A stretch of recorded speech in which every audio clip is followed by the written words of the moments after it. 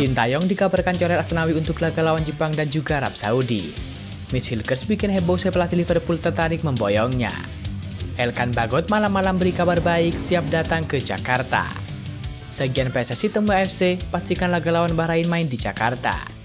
Ribuan supporter Jepang sudah boyong tiket, fans Garuda diminta waspada.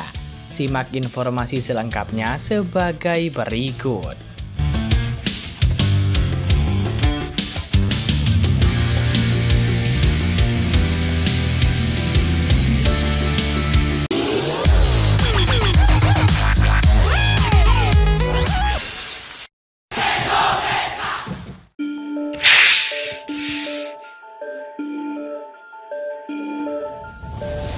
Sekjen PSSI Yunus Nusi menghadiri agenda Member Association yang digelar AFC di Korea Selatan pada 30 Oktober 2024 hingga 1 November 2024. Dalam agenda itu, PSSI meminta beberapa hal, termasuk agar dalam pertandingan melawan Bahrain digelar di Jakarta. Agenda itu dihadiri oleh seluruh perwakilan negara anggota AFC dan juga dihadiri oleh Presiden FIFA yakni Gianni Infantino, serta hadir pula Presiden AFC yakni Sheikh Salman. Yunus Nusi mengatakan sudah berdiskusi dengan AFC yang diwakili oleh Sekjen AFC yakni Dato' Win Sorjon.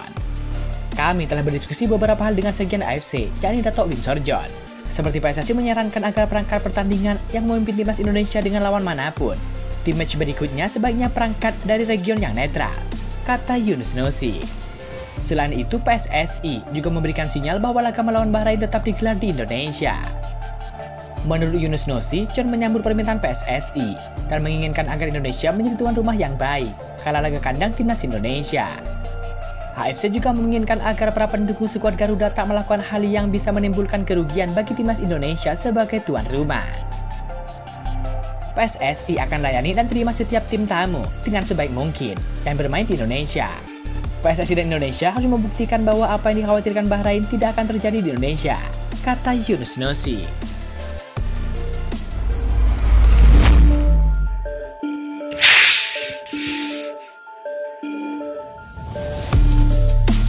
Pelatih skuad Garuda yakni Sintayong dikabarkan bakal mencoret Asnawi Mangku Alam jelang pertandingan melawan Jepang dan juga Arab Saudi. Timnas Indonesia dijadwalkan bakal menjamu Jepang di Stadion GBK pada Jumat 15 November 2024. Kemudian menjamu Arab Saudi di tempat yang sama pada Selasa 19 November 2024 mendatang. Asnawi dikabarkan dicoret Sintayong lantaran mengalami cedera serius setelah membela klubnya, yakni Port FC pada Minggu 20 Oktober 2024 lalu. Kabarnya Kapten Timnas Indonesia itu mesti menjalani penyembuhan cedera hamstring selama 2-4 minggu. Melansir laporan Transfer Market pada Jumat 1 November 2024, Asnawi diperkirakan pulih dari cederanya pada Senin 11 November 2024 mendatang. Namun amat berisiko apabila baru pulih dari cedera dan langsung dipaksakan tampil membela timnas Indonesia pada pertandingan krusial. Sebelumnya, Asnawi Mangku Alam tampil sebagai starter kala timnas Indonesia kalah 2-1 dari Cina. Sayangnya Asnawi, yang saat itu ditunjuk sebagai kapten timnas Indonesia oleh Sintayong, dinilai tidak memainkan perannya dengan baik sepanjang laga. Dalam laga tersebut, Asnawi kerap kehilangan bola. Bahkan dalam beberapa kesempatan, dia juga terlihat memaksakan diri untuk melewati 1 hingga 2 pemain Cina. Aksinya ini membuat timnas Indonesia gagal menciptakan peluang. Selain itu, Asnawi juga dinilai menciptakan jarak cukup lebar dengan Miss Hilgers di sisi kanan. Akibatnya Hilgers tidak maksimal mengalirkan bola.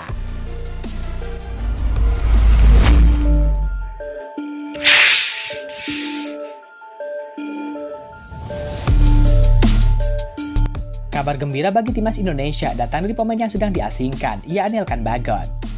Elkan Bagot sudah berlatih bersama dengan Blackpool FC. Ia menatap debut di bawah pelatih Steve Bruce dan juga berharap dipanggil Sintayong. Elkan Bagot merupakan bek keturunan yang sudah tak membela timnas Indonesia sejak Piala Asia 2023 silam. Musim ini pemain jangkung tersebut menjalin peminjaman di Blackpool FC dari Ipswich Town. Blackpool FC berkompetisi di League One atau kasta ketiga Liga Inggris. Bersama Blackpool FC hanya mengoleksi 3 penampilan, lantaran digerogoti oleh cedera sejak Agustus. Ia pun belum sempat bertanding di bawah asuhan pelatih kawakan Steve Bruce yang baru datang. Sesudah 2,5 bulan cedera, Elkan Bagot akhirnya cepat comeback.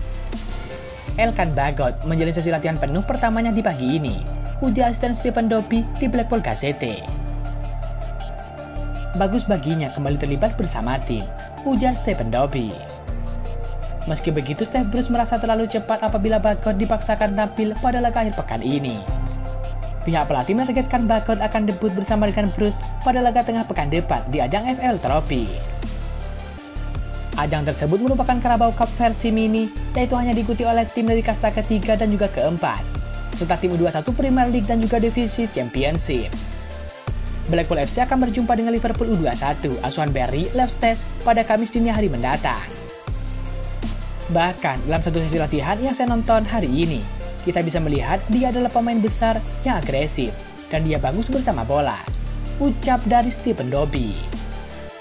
Jika tampil bagus, Elkan Bagot punya kans untuk dipanggil Sintayong, apalagi dikabarkan hubungan keduanya sudah membaik.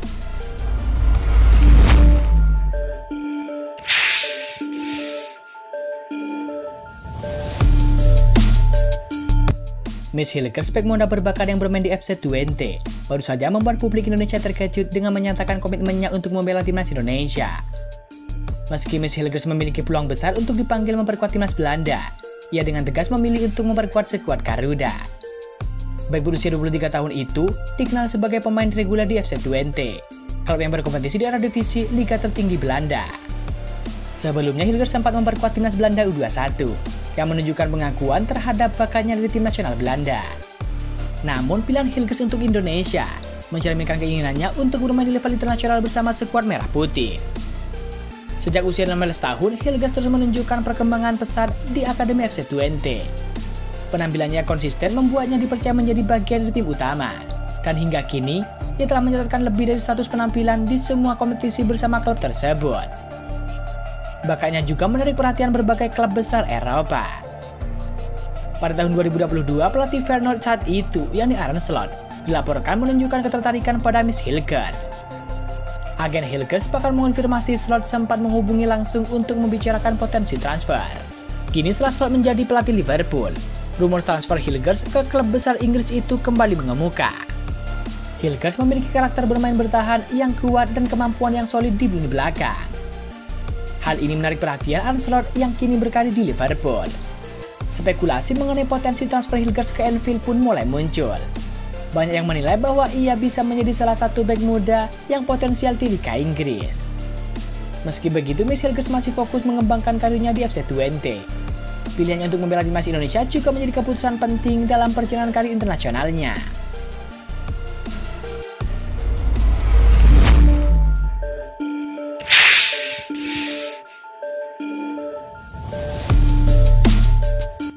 Ribuan supporter timnas Jepang dikabarkan bakal berangkat ke Jakarta dan siap meneror timnas Indonesia di Stadion Utama Gelora Bung Karno, Jakarta.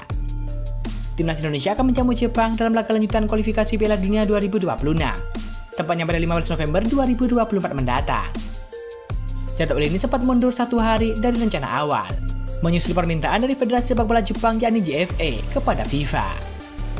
Tiket untuk pertandingan laga ini baru akan dijual pada Sabtu 2 November 2024 melalui laman resmi PSSI dan juga situs penyedia tiket. Para supporter diwajibkan lebih dulu mendaftarkan lewat Garuda ID. Database supporter diperlukan PSSI demi keamanan dan juga ketertiban. Selain itu juga digunakan untuk mencegah insiden yang tidak diinginkan. Seperti timnas Jepang pun sudah bersiap sejak jauh-jauh hari. Menurut laporan laman Yonhap News, sebanyak 3.000 supporter akan datang ke Jakarta dari timnas Jepang. Jumlah tersebut memang tidak bisa dikatakan besar jika dibandingkan dengan kapasitas SUGBK. Namun supporter Jepang siap memberikan teror. Bukan hal sepele bagi supporter Jepang. Mereka harus menempuh jarak jauh dan mengeluarkan biaya yang tidak sedikit untuk laga ini. Timnas Jepang saat ini memimpin klasmen sementara fase grup C putaran ketiga kualifikasi Piala Dunia 2026 dengan raihan 10 poin. Torehan poin milik Jepang itu didapat berkat hasil 3 kali kemenangan dan sekali imbang dari 4 pertandingan. Sementara timnas Indonesia belum sekalipun menang. 4 pertandingan yang dilalui oleh skuad Garuda dengan 3 hasil imbang dan sekali kalah. Hasil menor itu didapat bahkan saat melawan tim juru kunci yakni timnas Cina. Target melawan Jepang dan juga Arab Saudi tentu bukan kemenangan, meski tidak mustahil bisa mewujudkan skuad Garuda di kandang sendiri. Namun publik tanah air perlu realistis dalam menetapkan target, apalagi jika dihadapkan dengan tim kuat seperti Jepang dan juga Arab Saudi.